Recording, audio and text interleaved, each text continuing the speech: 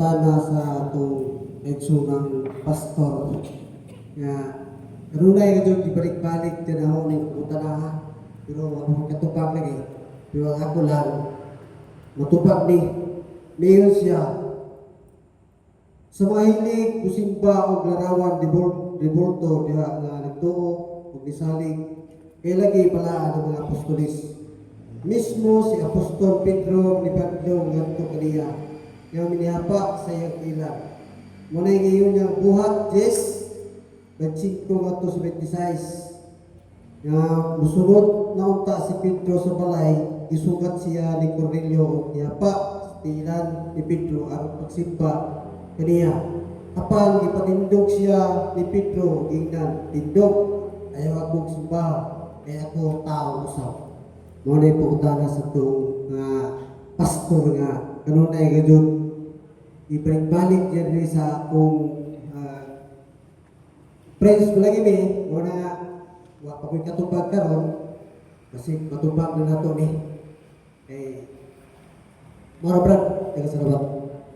Ang imong gibasa nga bersikulo ang intention pagsimba.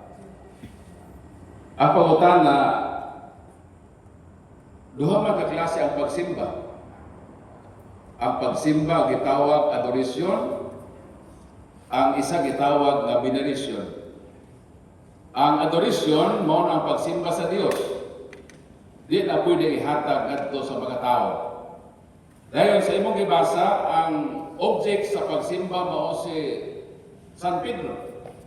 O ang misimba usa ka pagan, nawa pa ka ilang Dios.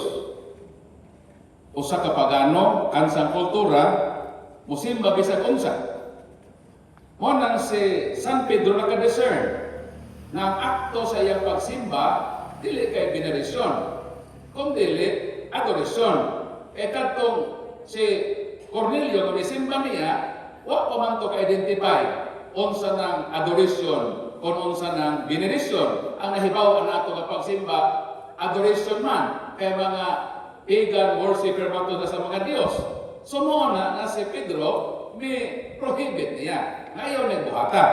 Kaya nahibalo siya na ang worship nagihatag ni Cornelio, nahibalo siya na kanang pagsimbaha mo po ng pagsimba na ginahatag sa mga pagan ngadto sa ilang recognize kagad. So may adoration. Mo nang gibawal ang San Pedro. Pero it does not follow na every time nga muyukbo ka, kakana isipon na dayon nga worship na adoration. Kaysa laing mga parte sa Bible na ako mabasa nato kasi Nabucodonosor. Misimba man po. Miyukbo sa tiilan ni Nabucodonosor. Sumala sa Daniel 2:46. Pero nga nang wakman ni Daniel siya badlonga. Kung atong basa sa 47, miingon si Nabucodonosor, miingon ng hari, kang Daniel, matuod gayod ang imong Dios. Mao ang Dios sa mga Dios, o Ginoo sa mga Ginoo, o tigpadayag sa tanang mga talinghaga o tinago mga butang. Sa ato pa, kining si Nabucodonosor na miyukbo bisimba kang Daniel, nakailaman o Diyos si Daniel.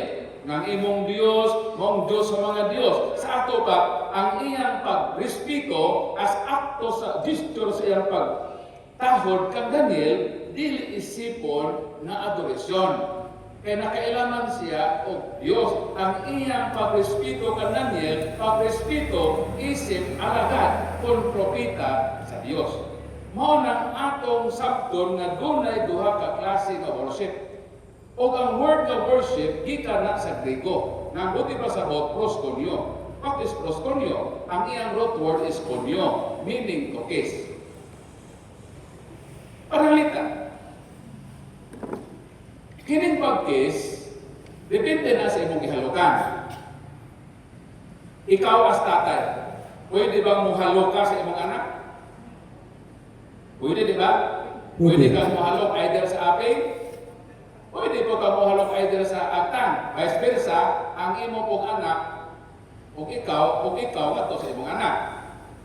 Pero kung ang imong halukan ng imong asawa, dapat lips to na. Di ba? O kanang imong mo pwede mahatag sa imong anak? Pwede ba di ay?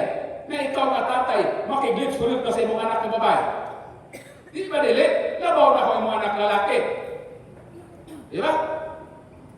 Pero, puro na siya nga word na halok. Muna ang word na dito na-derive ang worship sa proskunyo, konkonyo. Ang konyo is halok. Pwede ka mohalok bisan kinsa. Pwede ka mohalok sa imong lolo, sa imong inahan, pero na ay halok nga dili ikahatag ni bisan kinsa. Ihatag lang nimo na sa imong asawa. Moopod nang sa Dios. Na ay mga respeto kung gesture na mahatag ni bisan kinsa apan dana na ay pag-worship na sa Dios lang na nimo ihatag. Mo nang gitawag nga adoration. So kadtong gihimo ni Pedro, na-discern ni Pedro, kaysa may gi-worship, nahibalo siya na ang worshiper, isa lang ka-worship na hibawan. Worship sa gi-recognize at Diyos. Pero, lahi ang kaso nilang ipunosod.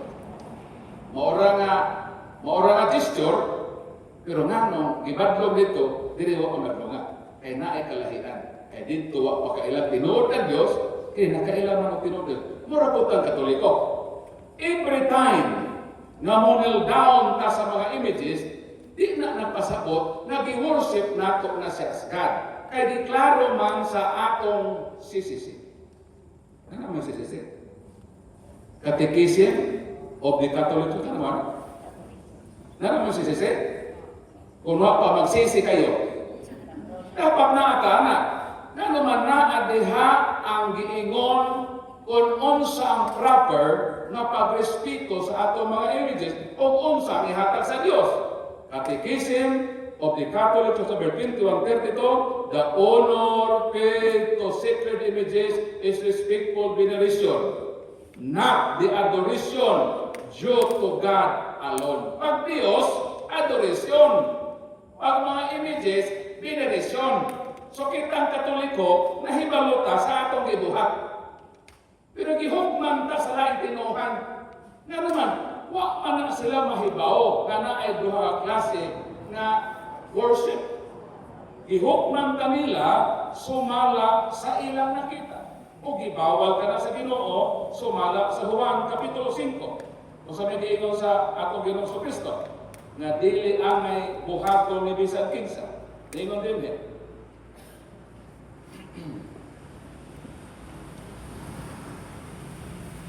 ayaw na kamo paghukom pinaagi sa inyong makita, kundili pinasubay sa hustong sukdanan. Every time na makakita sa nagluhod ka sa katubangan sa larawan, nag-worship ka sa larawan, huwag nila pamutan kitang hintungdan kung kita ba sa atong paghimo niya na i-worship ba nato ang image sa sila. Kaya giklaro man na sa ato, sa panahon pa lang sa atong pagsimba.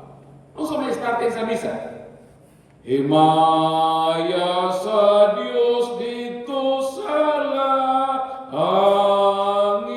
Ang pangutana, asa man ang atong Diyos? Giklaro man na to asa langit.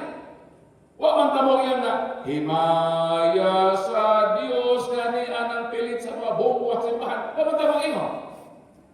O giklaro man sa atong bito ako. O kinsa nga atong Diyos? Bito ako sa Diyos nga mahang makagagahom sa katanan. Magbubuhat sa langit o sa yuta. O sa atong pag-ampo sa amahanamo mayong pagkita, amahanamo na naaka sa langit. O man tamo nga amahanamo nga naaka nagbitay-bitay sa cross. O man tamo iyon.